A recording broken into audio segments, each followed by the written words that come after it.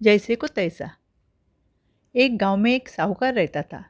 वह बहुत कंजूस था और चालाक भी था। उस गांव के ज़्यादातर लोग पढ़े लिखे नहीं थे। साहूकार ऐसे लोगों की मजबूरी का बहुत फ़ायदा उठाता था। वे लोग जब साहूकार के पास कर्जा लेने जाते थे, तब वह उनसे मीठी मीठी बातें करता था। वह उन्हें जितने रुपए चाहिए उतने रुपए देता था। वे लोग अपने छोटे मोटे जेवरात उसके पास गिरवी रखते थे। कई लोग समय पर कर्जा नहीं चुका पाते थे, तो वह उनके गहने उन्हें वापस नहीं करता था। गांव के सब लोग उसे अच्छे से जानते थे। उसके बेईमानी से सब वाकिफ थे। उस गांव के सरपंच जी बहुत अच्छे इंसान थे। वे हमेशा ही लोगों के बारे में अच्छा सोचते थे। मुसीबत के वक्त उन्हें मदद भी करते थे। उसी गांव का एक आदमी था जिसका नाम योगेश था। उसके पास एक भैंस थी। वह उसे बेचना चाहता था। उसने भैंस की कीमत 5,000 रुपये रखी। गांव का कोई भी आदमी इतनी कीमत देने के लिए तैयार नहीं था। साहूकार को जब यह बात पता चली, तो वह खुद भैंस खरीदने आया। 5,000 रुपये में भैंस का सौदा पक्का हुआ। लेकिन पैसे देते समय साहूकार ने योगेश के हाथ पर सिर्फ 4,000 रुपये रखे और कहा कि 1,000 रुपये 1 महीने के बाद दूंगा। योगेश ने साहूकार के बात पर विश्वास किया।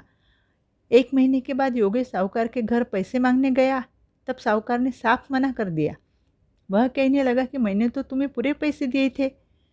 तुम्हारे पास कुछ लिखा हुआ है तो मुझे बताओ। योगेश कहने लगा कि लिखा हुआ तो नहीं है, पर मैंने सिर्फ आपकी बात पर विश्वास किया था। लेकिन साहूकार ने साफ इनकार कर दिया। यह बात सुनने के बाद योगेश को कुछ समझ में नहीं आ रहा था कि क्या करना चाहिए। आखिरकार योगेश निराश होकर अपने घर वापस लौट आया। दूसरे दिन योगेश ने जाकर सारी बात सरपंच जी को बता दी। सरपंच जी ने भी यह बात सुनी, तब उन्हें भी बहुत बुरा लगा। जब लिखा हुआ कोई सबूत नहीं था, तो सरपंच जी भी क्या करते। सरपंच जी ने योगेश से सिर्फ इतना ही कहा कि मुझ पर भरोसा रखो, मैं कुछ ना कुछ ज़रूर करूँगा। सरपंच जी को साहूकार का यह व्यवहार बिल्कुल अच्छा नहीं लगता था। साहूकार हमेशा ही गरीब लोगों के मजबूरी का फ़ायदा उठाता था। सरपंच जी सोचते थे कि कुछ सबूत मिला तो मैं इसे ज़रूर सबक सिखाऊंगा। 1 साल के बाद साहूकार ने वही भैंस बेचने के लिए निकाली और उसकी कीमत 6,000 रुपये रखी। यह बात सरपंच जी को भी पता चली।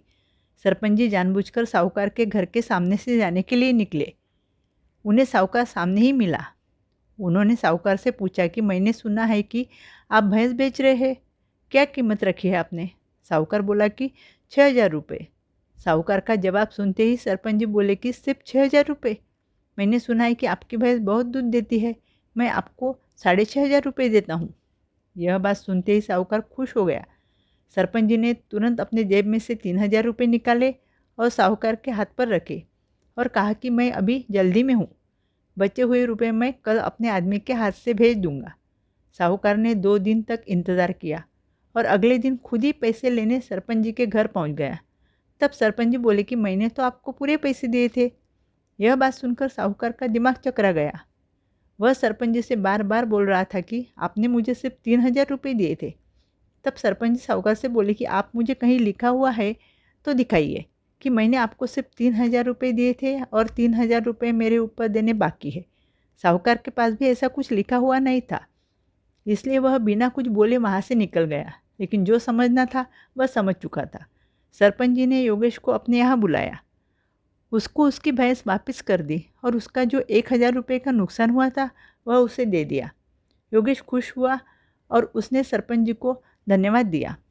उसी गांव में एक गरीब किसान रहता था। उसका नाम भानु था।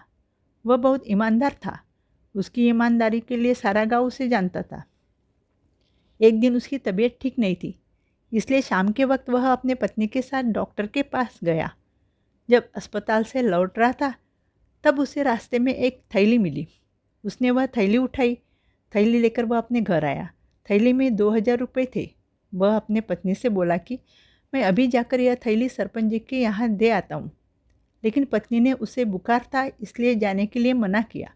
वह बोली कि तुम कल सुबह जाकर सरपंच जी को देकर आना।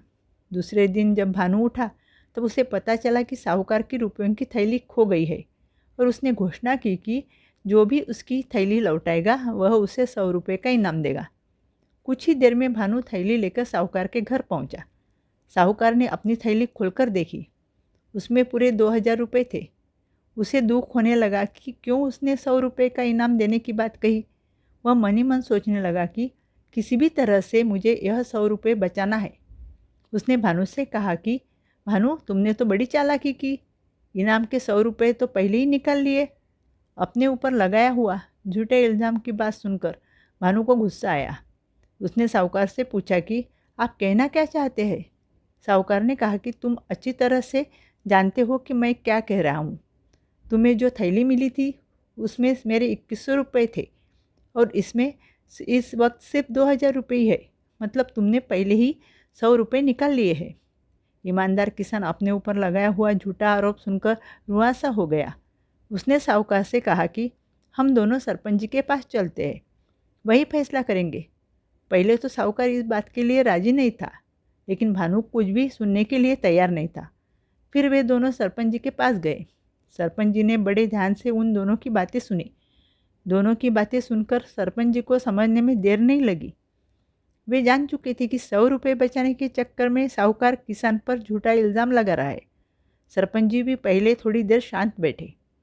थोड़ी देर के बाद उन्होंने साहूकार से पूछा कि तुम्हें पक्का पता है कि तुम्हारी थैली में 2100 रुपये थे। हाँ, मुझे पूरा यकीन है, क्योंकि मैंने बैंक में से 2000 रुपये निकाले थे और 100 रुपये पहले से ही मेरे थैली में थे। सरपंच जी साहूकार से बोलते हैं कि तो फिर यह थैली तुम्हारी नहीं है, क्योंकि यह शायद किसी और की है।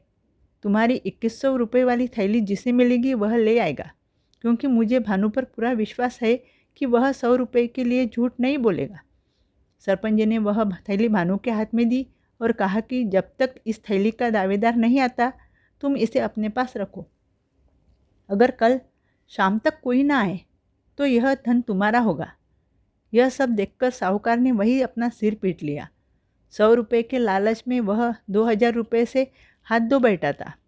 सब लोग भी जान चुके थे कि साहूकार झूठ बोल रहा है। इस प्रकार सरपंच जी ने साहूकार को सबके सामने झूठा साबित किया। सरपंच जी यह बात जान चुके थे कि लातों के भूत बातों से नहीं मानते। अगर आपको मेरी कहानी पसंद आई है तो प्लीज़ लाइक कीजिए, शेयर कीजिए और सब्सक्राइब कीजिए। Thank you.